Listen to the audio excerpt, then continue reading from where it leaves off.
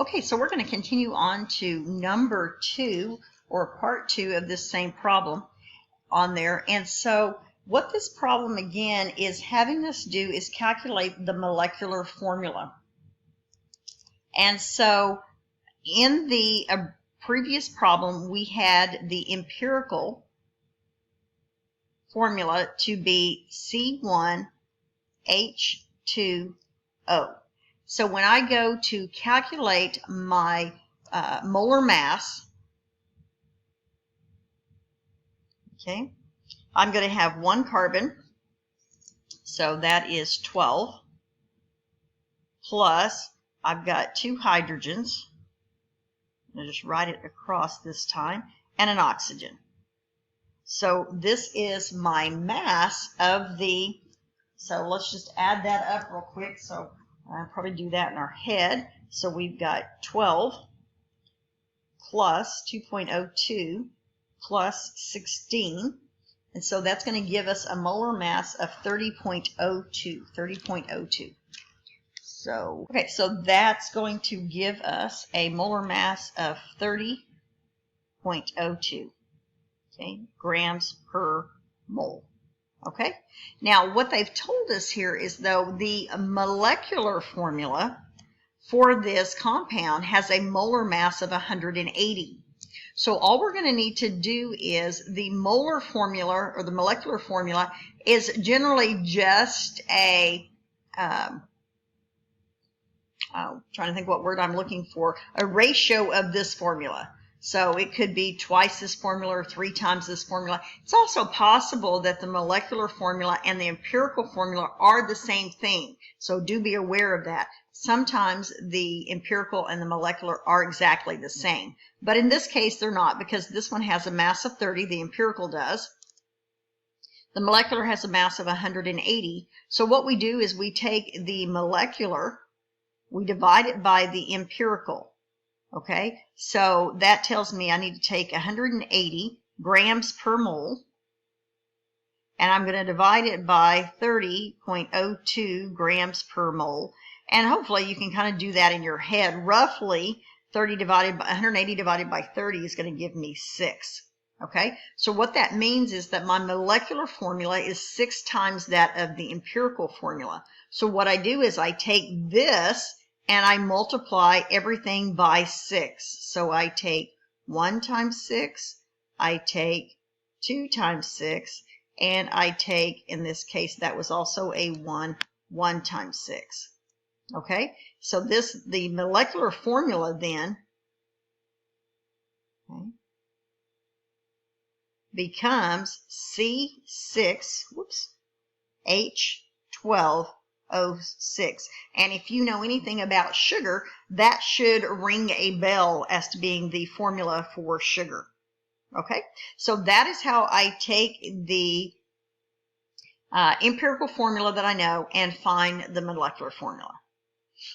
Okay, let's try another one. That video wasn't very long, so we're going to go ahead and go to the next one. So we'll try to work this one out just a little bit quicker on that. So the first thing I'm going to do is I'm going to change all of these to grams. So 56, whoops, all right, pen. So 56.5 grams of carbon. I have 7.11 grams of hydrogen, and this time I have 36.4 grams of phosphorus. Okay, so I'm going to go ahead and get my conversions to going. Okay, and if you want to set them kind of all up at the same time, you can do that. I didn't quite leave you enough space, writing on the uphill there. So again, 1 mole of carbon. And again, guys, if you need to stop and at any time stop the video, try it yourself, then watch me do it. That's 100% great to do that instead of just watching me do it. You need to practice it on your own. Again, carbon is 12 grams for carbon. We're going to cancel and get moles of carbon. I'm going to come back into my calculations later. So 1 mole of hydrogen is 1.01 grams of hydrogen. Again, there's my gram to mole conversion. I'm going to end up with moles of hydrogen. I'm going to do the same thing for phosphorus. So 1 mole of phosphorus. I need to look that up real quick. Okay, and it is 30.97 grams. Okay, and then those two cancel. Okay, so that's going to be moles of phosphorus. So now let's go ahead and run some numbers. So again, if you need to practice that, stop it, run your numbers, then come back and see if you agree with me. 3 significant digits. So I'm going to go 4.71 there.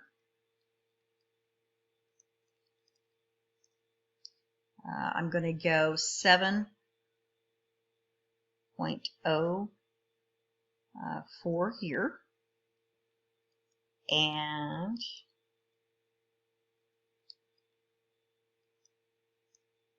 $1.18 roughly. Okay, so there's my numbers that I have. Again, I went with my originals that were given. They were all 3, so I go 3 here. So I have done my first step, which is my gram to mole conversion. Your second step then is to divide by the lowest. Okay, divide by the lowest. That's going to help us get our mole ratio. So when I look down through these, the 1.18 is the lowest. So we're going to take 4.71 divided by 1.18. And again, don't come over here and divide. And I do know if you remember doing this, some teachers do that. I do not want it done because I feel like you should be mathematically good stewards and doing it correctly. Don't get in the habit of writing things that are incorrect. So now let's do a division.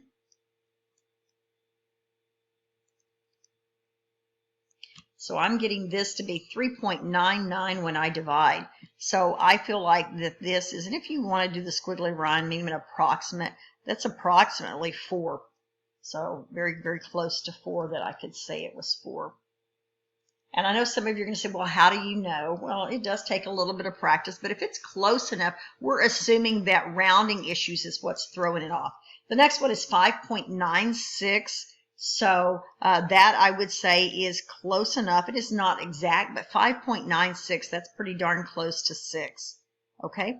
And then, of course, this one is 1. Okay? So we're going to come over here to write our formula. So our empirical would be C4H6P1. Okay?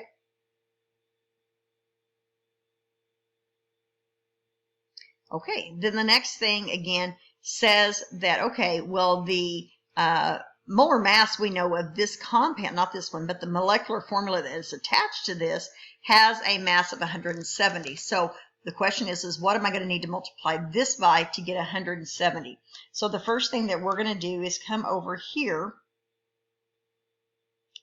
and calculate it out. So again, I have 4 carbons, which are 12. So that's 48.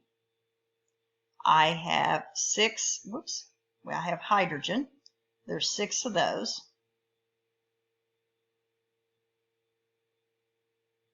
Oh, 6. Let me just erase that because that looks nasty.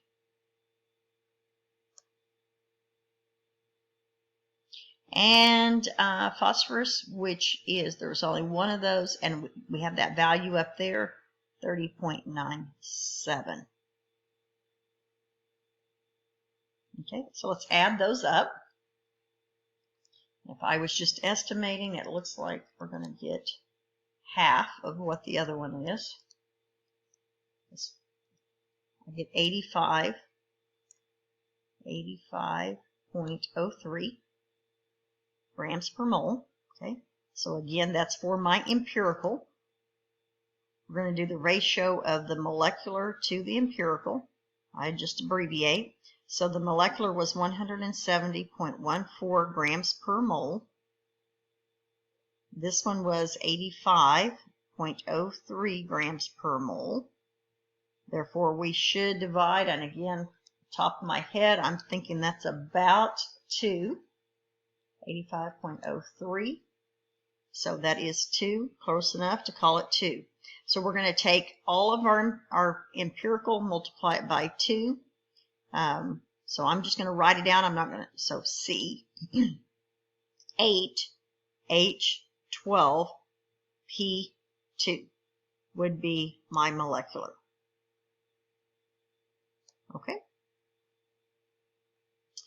Okay, that is the I do and the we do completed for you. So again, try some more. Again, if you get stuck on some of them, and there may be some that you need a little bit more help with, but an example would be at this point, if you had some that came out to be, let's say you had a 2.5 and a 3, and then of course there should always be 1. So you divided it out, and that's kind of what it looks like. So at this point, all we're going to do is double everything because we want whole numbers. So we call it 5, double, 6, 2. Okay, hopefully that makes sense. So if at this point, these did not come out even, but in fact, one of them was like a 0.5, you would just double everything. If you did it and one was like a 0.3, and then maybe a 2 and again a 1. So because of it being a 0.3 or 0.3 repeating, we would multiply everything by 3. Everything. So everything here was times 2, times 2, times 2. And there's probably some examples on my video of that. So 3 times 2 would be 6, and one more would make that 7, 6, 3. And then those would be my subscripts. So just FYI on there. Hopefully that makes sense. Again, do everything you can do, and we'll talk about this more later.